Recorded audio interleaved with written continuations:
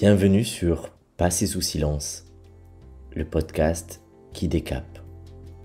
Je suis Gilles Delioz et durant cet épisode, je vais de manière profonde et ludique t'inviter à changer de regard et à poser ta conscience sur ce qui n'avait pas encore été vu.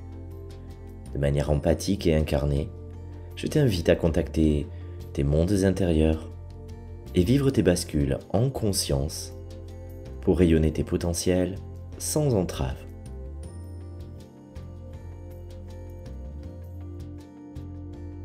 T'es-tu déjà rendu compte combien un élément parfois anodin, qu'on a oublié de remettre en cause, peut avoir une influence majeure dans notre vie? Quelque chose qu'on n'aurait pas vu ou pu conscientiser et qui conditionne l'ensemble de notre existence. Aujourd'hui, je te raconte l'histoire de Solange. C'est exactement ce qui lui est arrivé. Dans les années 2000, Solange se présente pour une séance d'accompagnement. Elle arrive un peu par hasard. Elle cherchait un cours de gym douce et elle est tombée sur mon site. Son corps est gracile, son visage enfantin. Solange approche la quarantaine, mais il semble que le temps n'ait eu de prise sur la petite fille en elle. Ses yeux pétillent, elle est à la fois timide et volubile, enjouée aussi. Elle parle beaucoup, avec un rythme rapide. Je dois canaliser son flot de paroles et identifie assez vite qu'au-delà de tout ce qu'elle livre, ces mots cachent aussi l'espace qu'une part d'elle tend à ignorer. L'esprit humain est complexe. On peut vouloir quelque chose de très fort et tout à la fois le fuir, craindre les conséquences, les échos. Solange est accro aux voyantes. Elle dépense sans compter un argent fou pour qu'on la fasse rêver. Toutes lui assurent qu'elle rencontrera l'homme de sa vie dans le cadre de son travail et qu'il sera beau et puissant, qu'elle n'a pas besoin de le chercher et que c'est lui qui viendra à elle et que ce sera une évidence. Car Solange est célibataire.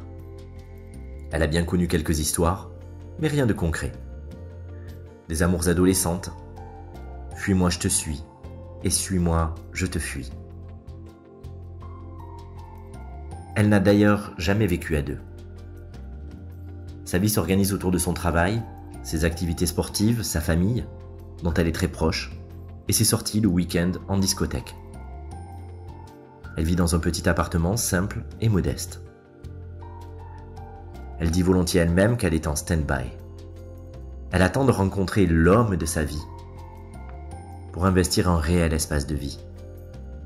En attendant, elle économise, mais ne s'autorise pas à jouir pleinement d'un lieu de vie juste pour elle. Ça ne fait pas sens de se donner ce confort à elle seule.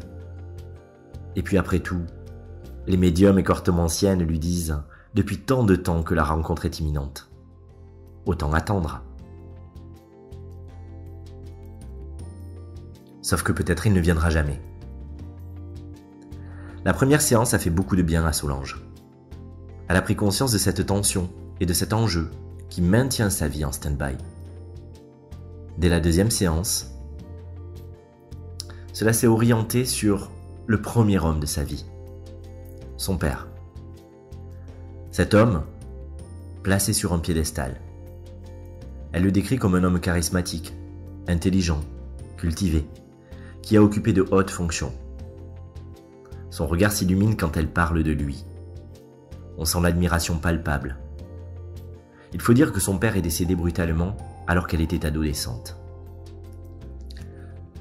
Avant même qu'elle ait engagé son processus de décision et qu'elle le tue symboliquement en elle. Il garde donc une place de choix, très nettement idéalisée. Elle se surprend elle-même à dire qu'aucun homme ne lui arrivera à la cheville.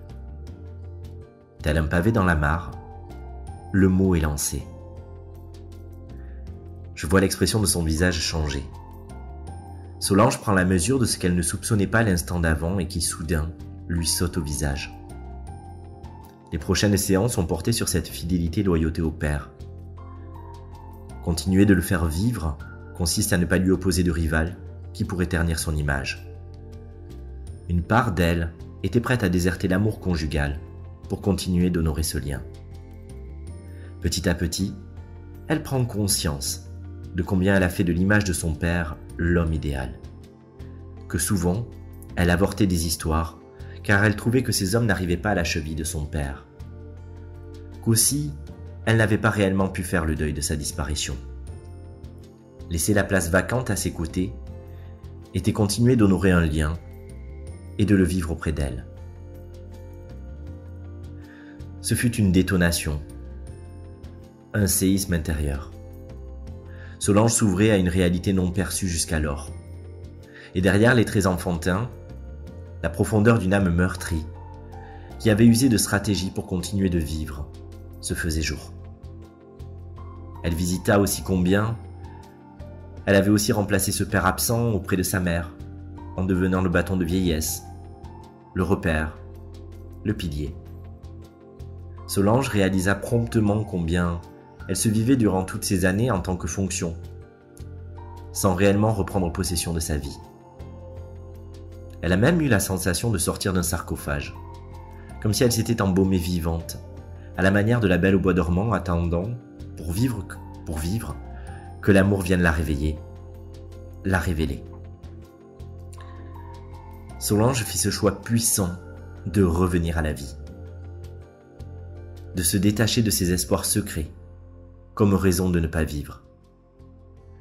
Non seulement elle fit son travail de deuil et de détachement de l'image du père, elle fit des passages pour permettre à l'homme de la rejoindre.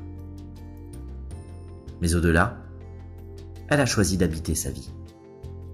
Elle s'est investie dans une formation en énergétique pour s'accompagner elle-même et se tenir la main.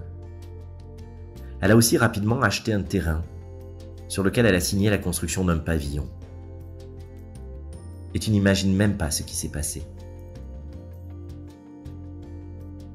Elle n'emménagea pas seule dans cette maison. Entre-temps, elle a laissé l'amour la rejoindre. Elle dit fort volontiers qu'elle a trouvé son homme idéal. Même si, avant son travail de conscience, elle n'aurait su le reconnaître. Elle s'est même mariée et vit une relation épanouie, sa vie rêvée. Il ne lui restait qu'un infime regret, celui de ne pas avoir été mère. Là aussi, la vie lui permit de conscientiser que ce n'était peut-être pas son désir réel, mais peut-être une projection sociétale. Solange est tombée enceinte sans le rechercher. Ce début de grossesse est venu remplir le champ des possibles en elle. Et tout à la fois, elle s'est rendue compte qu'elle n'avait pas réellement envie, à cet instant, de devenir mère. Qu'elle vivait un merveilleux amour qui la comblait totalement et dont elle voulait profiter pleinement. Que les enfants désormais adultes de son compagnon s'apprêtaient eux-mêmes à devenir parents et qu'elle pouponnerait en tant que grand-mère. Et quand les données furent suffisamment au clair en elle pour qu'il ne reste aucun regret, elle n'eut même pas à faire un choix. Elle vécut une fausse couche en douceur. Si elle n'avait pas vécu cet élément, peut-être serait-elle restée sur ce doute toute sa vie. Mais elle est désormais libre de tout fantôme. Nous avons tous des éléments passés sous silence. Ils sont comme autant de fantômes qui hantent nos mondes intérieurs. Quand la conscience dévoile ce qui se dérobait à notre regard, l'espace se libère de soi-même. Notre vie se transforme, notre être se révèle, comme conséquence naturelle de la mise en lumière. À bientôt pour un nouvel épisode de Passer sous silence, le podcast qui décape.